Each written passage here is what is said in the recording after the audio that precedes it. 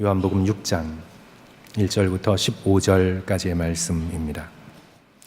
그 후에 예수께서 디베랴의 갈릴리 바다 건너편으로 가시매 큰 무리가 따르니 이는 병자들에게 행하시는 표적을 보았음이로라. 예수께서 산에 오르사 제자들과 함께 거기에 앉으시니 마침 유대인의 명절인 유월절이 가까운지라. 예수께서 눈을 들어 큰 무리가 자기에게로 오는 것을 보시고 빌립에게 이르시되 우리가 어디서 떡을 사서 이 사람을 먹이겠느냐 하시니 이렇게 말씀하심은 친히 어떻게 하실지를 아시고 빌립을 시험하고자 하심이라. 빌립이 대답하되 각 사람으로 조금씩 받게 할지라도 200데나리온의 떡이 부족하리이다. 제자 중 하나 곧 시몬 베드로의 형제 안드레가 예수께 여짜오되 여기 한 아이가 있어 보리떡 5개와 물고기 2마리를 가지고 있나이다. 그러나 그것이 이 많은 사람에게 얼마나 되겠사옵나이까? 예수께서 이르시되 이 사람들로 앉게 하라 하시니 그곳에 잔디가 많은지라 사람들이 앉으니 수가 5,000명쯤 되더라. 예수께서 떡을 가져 축사하신 후에 앉아있는 자들에게 나눠주시고 물고기도 그렇게 그들의 원대로 주시니라. 그들이 배부른 후에 예수께서 제자들에게 이르시되 남은 조각을 거두고 버리는 것이 없게 하라 하시므로 이에 거두니 보리떡 5개로 먹고 남은 조각이 12바구니에 찼더라. 그 사람들이 예수께서 행하신 이 표적을 보고 말하되 이는 참으로 세상에 오실 그 선지자라 하더라. 다 같이 한 목소리를 읽습니다. 그러므로 예수께서 그들이 와서 자기를 억지로 붙들어 임금으로 삼으려는 줄 아시고 다시 혼자 산으로 떠나가시니라. 아멘. 복음서에 나타난 예수님을 살펴보고 또 살펴보면 우리는 당황스러움을 느끼게 됩니다. 왜냐하면 인간적 사고의 틀로는 예수 그리스도를 파악하기가 어렵기 때문입니다. 우리 인간은, 우리 특히 한국 사람들은 뭔가 자신의 틀로 규정할 수 있어야 편해합니다. 모르는 사람끼리 처음 만났을 때 천천히 알아갈 생각은 하지 않고 일단 나이가 몇 살인지, 그리고 고향은 어디인지, 학교는 어딜 나오셨는지, 자녀는 몇 명이신지, 지금 하고 있는 일은 어떤 건지, 지금 어디에 사시는지, 이런 것들을 꼬치꼬치 캐물어 필요한 정보를 얻은 다음에야 비로소 내가 이 사람을 어떻게 대해야 할지를 결정합니다. 높이 불러야 할 사람인지, 아니면 친구로 맘먹어도 될 사람인지, 아니면 저 아래에 놓고 여겨야 할지, 우리는 이렇게 우리 나름대로의 인간적인 틀을 만들어 사람을 파악해야 편한데 우리 예수님께서는 도무지 우리들의 틀에 들어맞지 않으십니다. C.S. 루이스의 나니아 연대기에 예수님을 상징하는 사자 아슬란에 대해서 말하는 부분이 등장합니다. 그는 오기도 하고 가기도 해. 어느 날 볼 수 있는가 하면 어느 날 갑자기 사라져. 그는 한 곳에 묶여 있는 것을 싫어해. 하지만 걱정하지 마. 그는 가끔 아주 가까이 다가오기도 하거든. 하지만 명심해. 너무 가까이서 그를 쫓아가서는 안 돼. He is wild, you know. 너 알잖아. 그는 야생이야. He is wild, not like a tame lion. 길들여진 사자가 아니야. He is wild, not like a tame lion. 결코 우리 예수 그리스도는 길들여질 수 없습니다. 우리 인간적인 틀로 예수 그리스도를 가두어 둘 수 없습니다. 예수 그리스도께서는 그렇게 만만하게 우리의 세상에 갇히지 않으십니다. 그분은 와일드하십니다. 그리하여 예수 그리스도의 가르침을 듣는 자마다 놀랐습니다. 마가복음 1장 22절 뭇사람이 그의 교훈에 놀라니 이는 그가 가르치는 것이 권위 있는 자와 같고 서기관들과 같지 아니함일러다. 놀랐습니다. 여지껏 모세율법이나 달달 외워 전하는 서기관들의 가르침을 들어왔는데 예수 그리스도의 가르침은 그 authority, 그 권위에 있어서 질적으로 달랐습니다. 다 놀라 서로 물어 이르되 이는 어찌미냐 권위 있는 새 교훈이로다. 더러운 귀신들에게 명한즉 귀신들까지도 순종하는도다. 예수 그리스도께서는 한 인간으로는 감히 상상할 수 없는 선포를 하십니다. 죄사함을 선포하십니다. 중풍병자에게 이르시되 작은 자야 내 죄사함을 받았느니라. 죄사함의 선언은 하나님밖에 할 수 없습니다. 그러나 예수 그리스도께서 인간적 틀을 넘어서셔서 죄사함을 선포하십니다. 바리새인들이 놀라 수군거리지요. 신성 모독이로다. 오직 하나님 한 분 외에 누가 능히 죄를 사하겠느냐. 감히 사람이 할 수 없는 틀을 넘어서서 선언하고 계시는 것입니다. 예수 그리스도는 도무지 인간적인 틀에 맞지 않으십니다.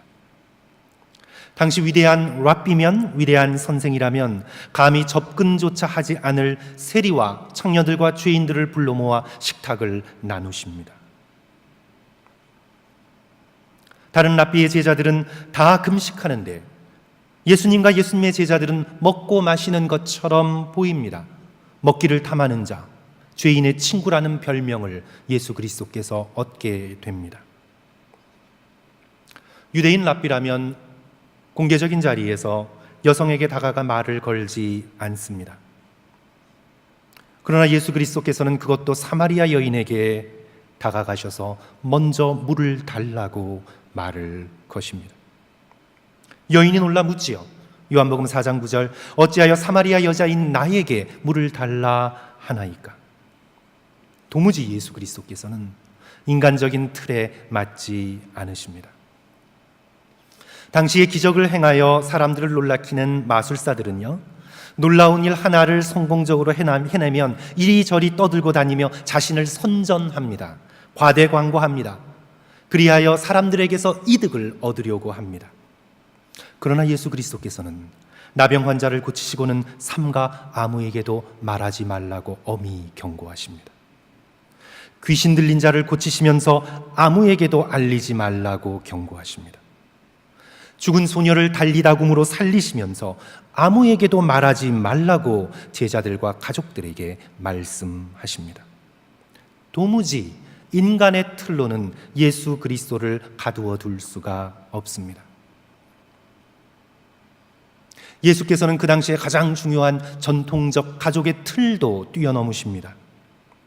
어머니와 형제들이 찾는다는 말씀을 들으시고 마가복음 3장 33절 이하에서 대답하시되 누가 내 어머니이며 동생들이냐. 누구든지 하나님의 뜻대로 행하는 자가 내 형제요 내 자매요 내 어머니니라. 유대인과 이방인의 경계도 뛰어넘습니다. 그 틀도 뛰어넘으십니다.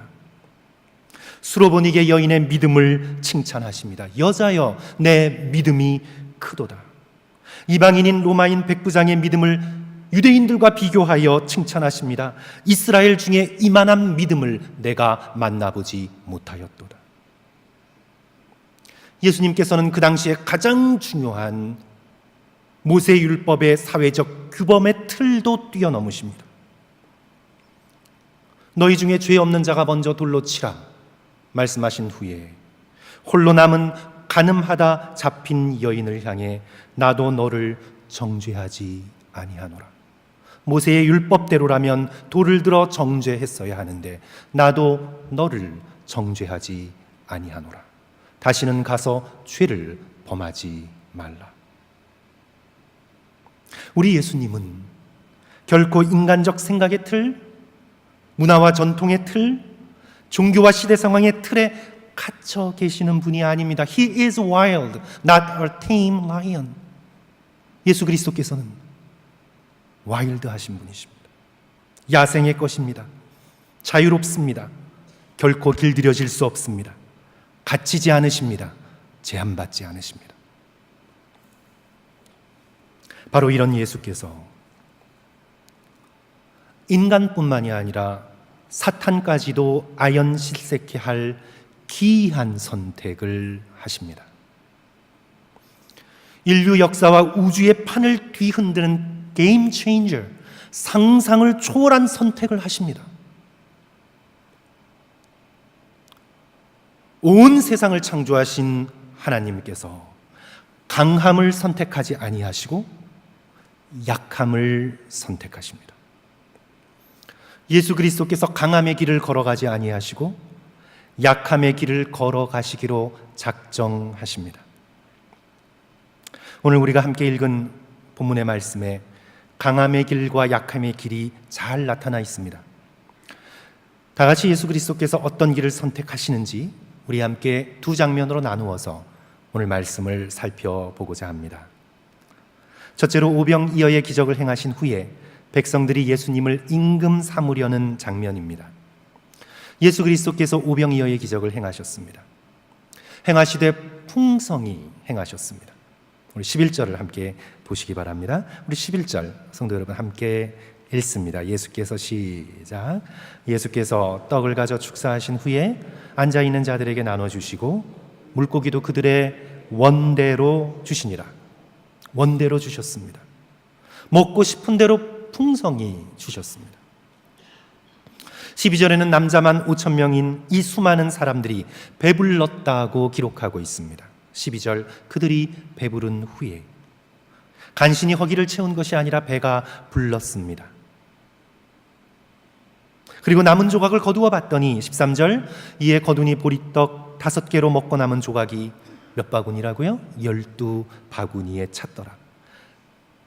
배부르고 만족하고 또한 놀라서 백성들은 이런 능력을 가지신 분이라면 우리의 임금이 되셔야 되겠다 생각하고는 예수님을 찾아와 왕으로 삼으려고 하고 있습니다. 14절 15절 그 사람들이 예수께서 행하신 이 표적을 보고 말하되 이는 참으로 세상에 오실 그 선지자더라 하더라.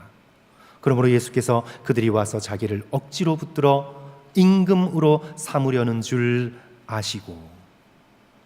성도 여러분, 백성들의 기대는 너무 당연합니다. 로마 제국의 무거운 세금으로 시달리던 식민지 백성이었습니다. 언제나 배가 고팠습니다. 배불리 먹은 기억은 아득합니다. 그런데 예수라는 사람이 와서 하늘의 능력이 아니면 할 수 없는 놀라운 기적으로 자신들의 굶주린 배를 채워줍니다.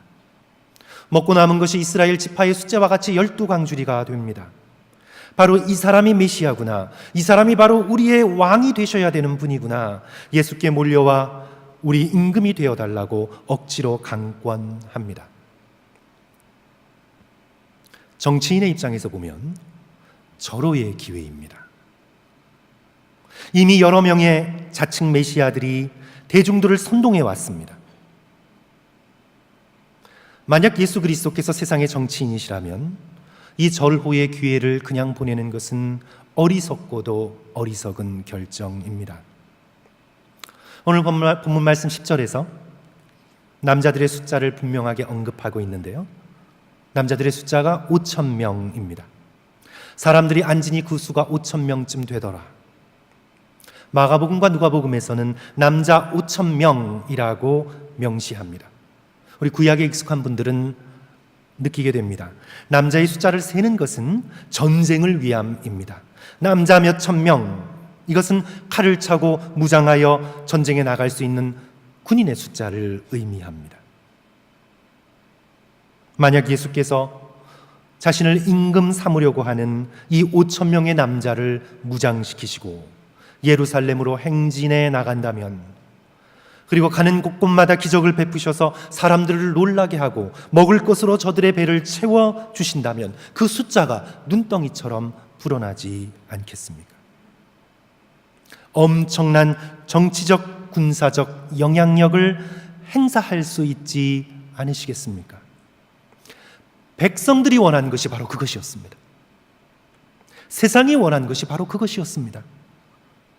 정치적 메시아, 군사적 메시아, 힘이 강한 메시아, 우리를 배불리 먹여주시는 메시아, 창과 칼로 로마인들을 물리쳐 주실 수 있는 강력한 메시아, 그런 메시아를 원하고 원했습니다. 그러나 오늘 본문에서 예수께서는 그런 강함의 길을 선택하지 않으십니다. 도무지 인간의 틀에 갇히시는 분이 아니십니다. 우리 요한복음 6장 15절의 말씀을 성도 여러분 다 같이 한 목소리로 읽습니다. 그러므로 시작. 그러므로 예수께서 그들이 와서 자기를 억지로 붙들어 임금으로 삼으려는 줄 아시고 어떻게 하십니까? 다시 혼자 산으로 떠나가시니라. 무리들을 흩으십니다. 혼자 산으로 떠나가십니다. 계속해서 말씀드리는 것처럼 예수께서는 인간의 기대, 인간의 관습, 인간의 강함의 틀, 군사적, 경제적, 정치적 메시아의 그런 틀에 갇히지 않으십니다. 오히려 인간의 사고 영역 밖에서 우리를 깜짝 놀래키십니다.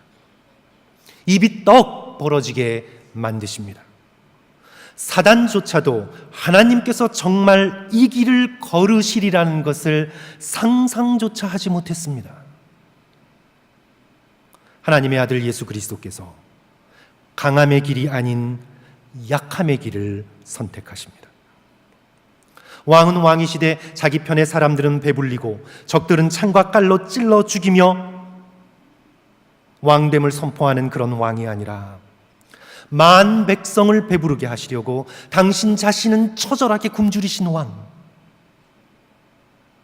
적을 찌르고 부수고 죽이는 대신에 당신 자신이 찔리고 부서지시고 찢기셔서 죽어버리신 왕, 십자가에 달리신 왕 예수 그리스도. 예수 그리스도께서는 십자가의 약함의 길을 선택하십니다. 십자가 위에 명패가 붙었습니다. 나사렛 예수, 유대인의 왕. 가시관을 쓰신 왕, 십자가에 달리셔서 찢기시고 피 흘리신 왕 예수 그리스도. 인간이 감히 생각조차 할 수 없는 약함의 길을 예수께서는 역사의 한가운데에서 걸어가셨습니다. 약함의 길을 선택하신 두 번째 장면이 오늘 이 본문 가운데에 오병이어를 취하여 축사하시고 나누어지시는 장면에서 또한 드러납니다. 2만 명 가까이 되는 많은 사람이 굶주린 것을 보시고 예수께서 제자들을 시험하여 물으시지요. 5절 후반부 말씀 보시면 우리가 어디서 떡을 사서 이 사람들을 먹이겠느냐. 예수 그리스도의 이 질문에 빌립이 즉시 생각한 것은 돈입니다. 돈의 파워입니다. 7절 보십시오. 빌립이 대답하되 각 사람으로 조금씩 받게 할지라도 200데나리온의 떡이 부족하리이다. 잘 아시는 것처럼 한 데나리온은 노동자의 하루 품삯입니다. 오늘날 최저임금으로 전환하여 계산을 해보면 200데나리온은 2만 불 정도 되는 큰 금액입니다. 빌립의 말에 따르면 이들의 배고픔을 채울 수 있는 것은 돈 2만 불의 파워입니다. 돈 2만 불은 지금 만들어내실 수 있어야 이들을 만족시킬 수 있습니다. 2만 불은 가지고 있어야 문제를 해결할 수 있습니다. 그래야 이들을 당신 편으로 만들 수 있습니다. 세상이 바라보는 것은 돈의 능력입니다. 그러나 이 본문 말씀에서 예수 그리스도께서 주목하시는 것은 한 아이의 보리떡 5개와 생선 2마리입니다. 9절 말씀, 여기 한 아이가 있어 보리떡 5개와 물고기 2마리를 가지고 있나이다. 그러나 그것이 이 많은 사람에게 얼마나 되겠사옵나이까?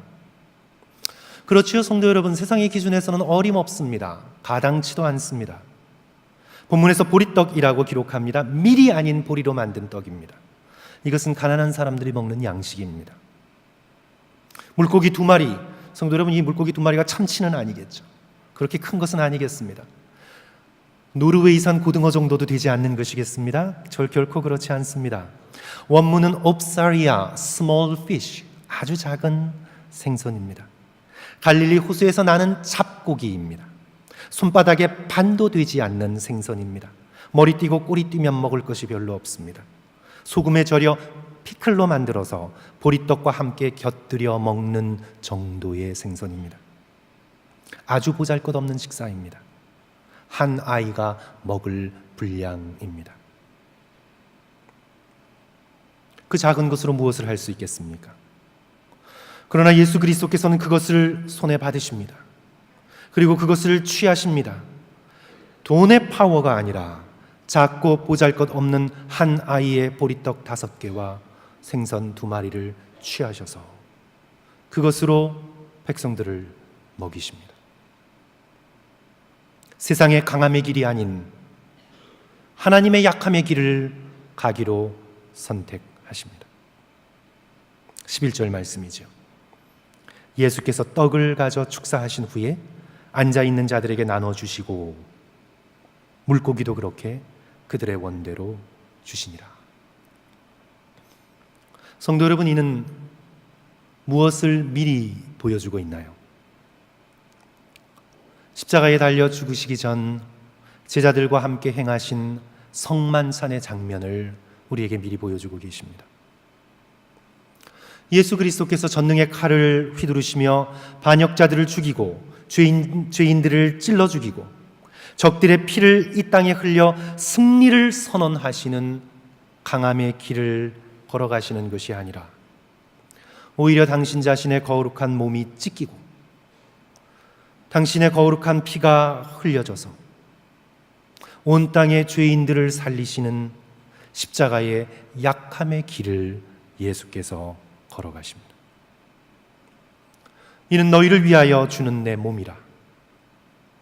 이는 너희를 위하여 붓는 내 언약의 피라.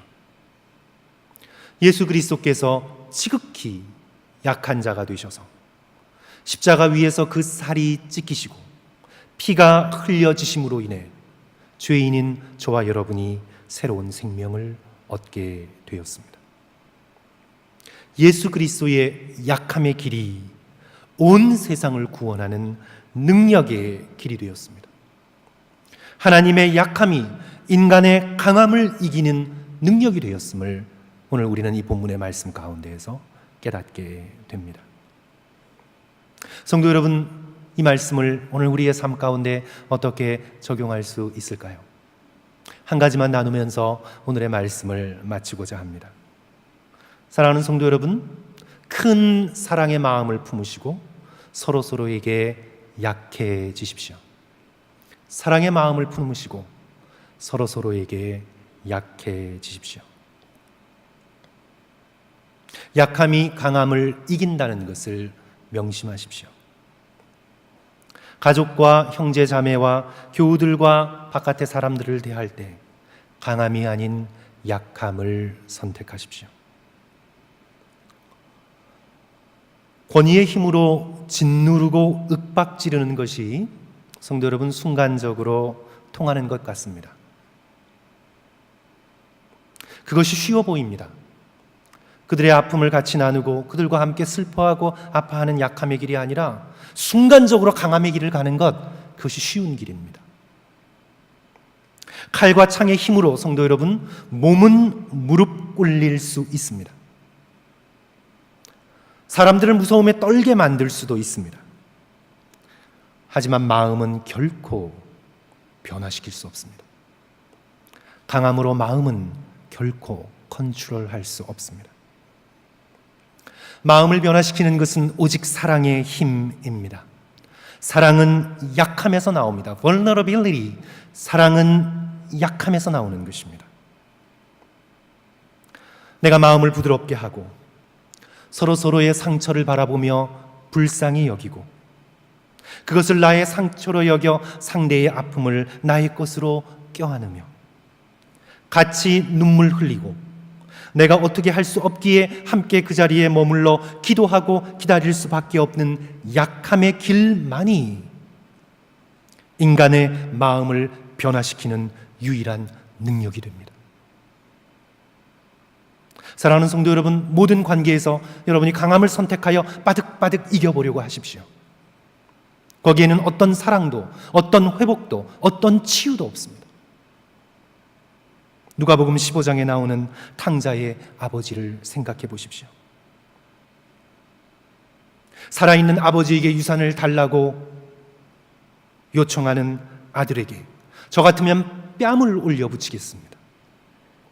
현대 사회에서도 그럴진데 고대 사회에서는 더는 있을 수 없는 일입니다. 고대 사회에서 아버지가 살아계신데 거기서 내 몫의 유산을 내어놓으라는 것은 아버지 이제 그만 사시고 좀 죽으세요. 그리고 당신이 지금 가지고 있는 내 몫의 유산을 내어놓으세요. 아버지의 죽음을 요청하고 있는 아들로서는 감히 꿈꿀 수 없는 그런 요청인 것입니다. 이런 자식이 있다면 광가에 고발하고 가두어 때리고 모세율법에 따르면 심지어 돌로 칠 수 있는 그런 죄입니다. 그러나 누가복음 15장에 등장하는 둘째 아들 탕자의 아버지는 어떤 모습을 우리에게 보여주고 있습니까? 지극히 연약하신 아버지, 아들을 향해 한없는 사랑을 품으시되 지극히 연약해지신 아버지. 아버지는 마치 자신의 죽음을 죽으시는 것처럼 탕자의 이 요청에 말없이 유산을 챙겨 주십니다. 집 나가는 아들을 완력으로 붙들지 않습니다. 떠나가는 모습을 슬픔과 눈물 속에서 지켜보십니다. 그리고는 나간 아들이 그 나간 길로 다시 돌아오기를 날마다 기다리십니다. 밤마다 문 열어놓고 기다리십니다. 먼저 발견하고 뛰어가서 아들을 안고 입맞추며 아들을 품어에 안습니다. 우리는 누가복음 15장에 등장한 이 탕자의 아버지를 통해 십자가의 약함의 길을 선택하시는 예수 그리스도의 모습을 우리는 만나게 됩니다. 사랑하는 성도 여러분, 우리가 이해할 수 있겠습니까? 우리가 정말 믿을 수 있겠습니까? 이 아버지의 진정한 강함은 바로 이 아버지의 약함에 있는 것입니다. 온 세상을 창조하신 전능하신 하나님의 진정한 강함은 바로 십자가의 자리까지 처절하게 약해지신 전능하신 하나님 아버지의 약해지심에 있습니다. 이것이 신앙의 역설입니다. 이 놀라운 비밀을 깨달아 안 사도 바울께서 고백하고 있습니다. 내가 약할 때 곧 강함이라. 내가 약할 때 그때가 곧 강함이라. 예수 그리스도의 이 십자가의 약함이 바로 온 인류를 구원하시는 강함이 되십니다. 사랑하는 성도 여러분, 오늘 이 본문의 말씀을 통해서 이 십자가의 약함의 길을 깨달으시고 배우며 본받아 우리가 맺고 있는 모든 관계 속에서 놀라운 은혜와 회복을 경험하시는 저와 여러분 되시기를 주님의 이름으로 간절히 축원합니다. 기도하겠습니다.